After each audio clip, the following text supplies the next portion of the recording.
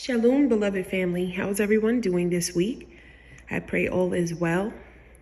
And we have a message today, very inspirational message, just to allow us to, stay on that straight and narrow path and to not grieve the Ruach HaKodesh that is within, okay?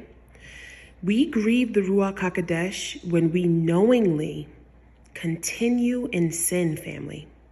When the Ruach HaKodesh convicts us, and then we in turn decide to ignore him instead.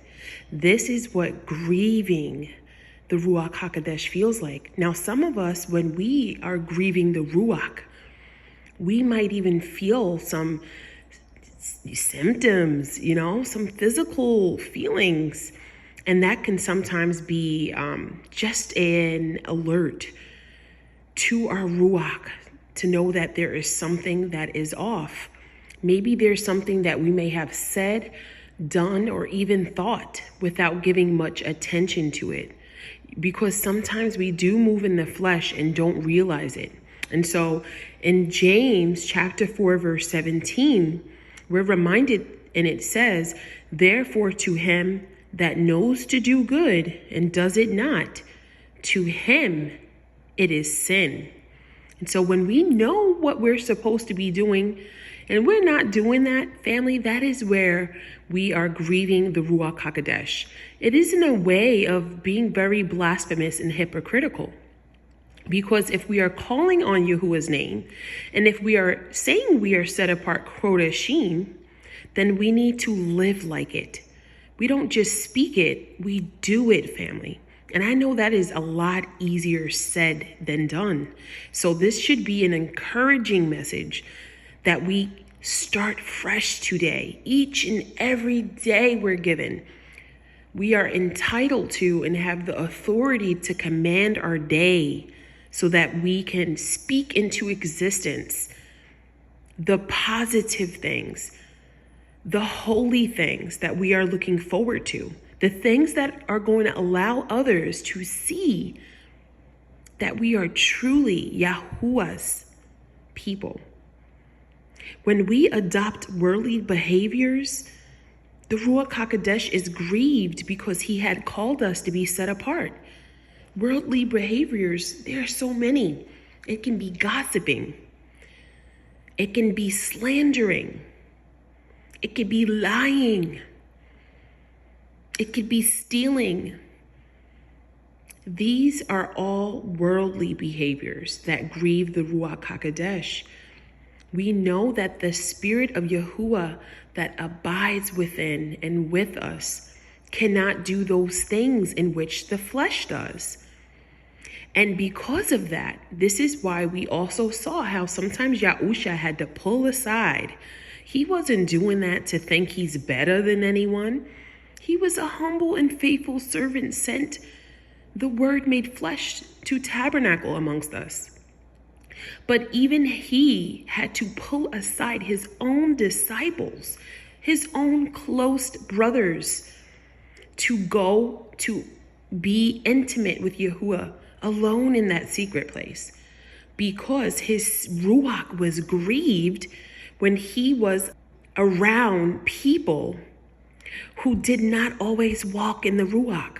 His own disciples at times lashed out in anger and wanted to cut off the ear of a servant. His own disciples at times moved in the flesh. They even lied and denied the truth, even said they would do things that they did not.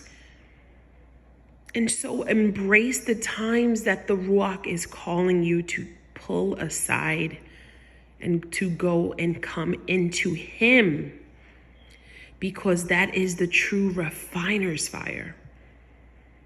When our hearts become cold, family, as the scriptures say, when the hearts wax cold, we also grieve the Ruach HaKodesh. It is much better to be on fire for Yahuwah than it is to be lukewarm or to wax cold, beloved family. Yahuwah's Ruach also teaches us to love family. So when we turn hard, when we get prideful or unmerciful, the spirit becomes sorrowed very deeply, because this is not the way of which the Ruach HaKodesh functions. When we ignore Yahuwah's voice, family, when he says, don't go there, don't respond in that way, apologize. Or he might say things like, pray now, stay home. Having a resistance is what darkens our spiritual sensitivity to hear and hearken to Yahuwah's voice. It's almost like having a candle, family, and igniting the candle because, well, that's its purpose, to give light. But instead of doing that, we place it under water. It's not only suffocating to quench the fire, to quench the Ruach, but it's grievous when we do not hearken to the Ruach HaKodesh. We must begin to tell our flesh these days we're in to be quiet. Say, be still, be quiet, and deny yourself from all the lusts of your flesh. Deny yourself from fulfilling its desires. That includes our thoughts, the things that come into our emotions, the actions that we know Yahuwah will never approve of, Yahuwah will never align with. The Ruach HaKodesh is like that gentle presence of Yahuwah living within all of our souls.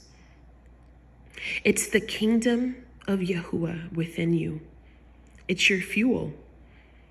The more you listen, the clearer his voice becomes. The more you ignore, the duller that it will become. We will not have any clarity if we do that. Our obedience and repentance is necessary, family. So today I share all of this just as a gentle reminder that we must lower the volume of our flesh. Because when the volume is turned down on the flesh, when it is on mute, all that is left is the Ruach. And then we will be able to focus on our kingdom work, on our assignments, on Yahuwah's word and will and purpose for us on our journeys. Some things will never profit anything, family. And this is why we must hearken. Some things are only to condemn us and to destroy or to detour us. So keep focus. Not only today, but every single day. Focus. Focus on the prize. Shalom.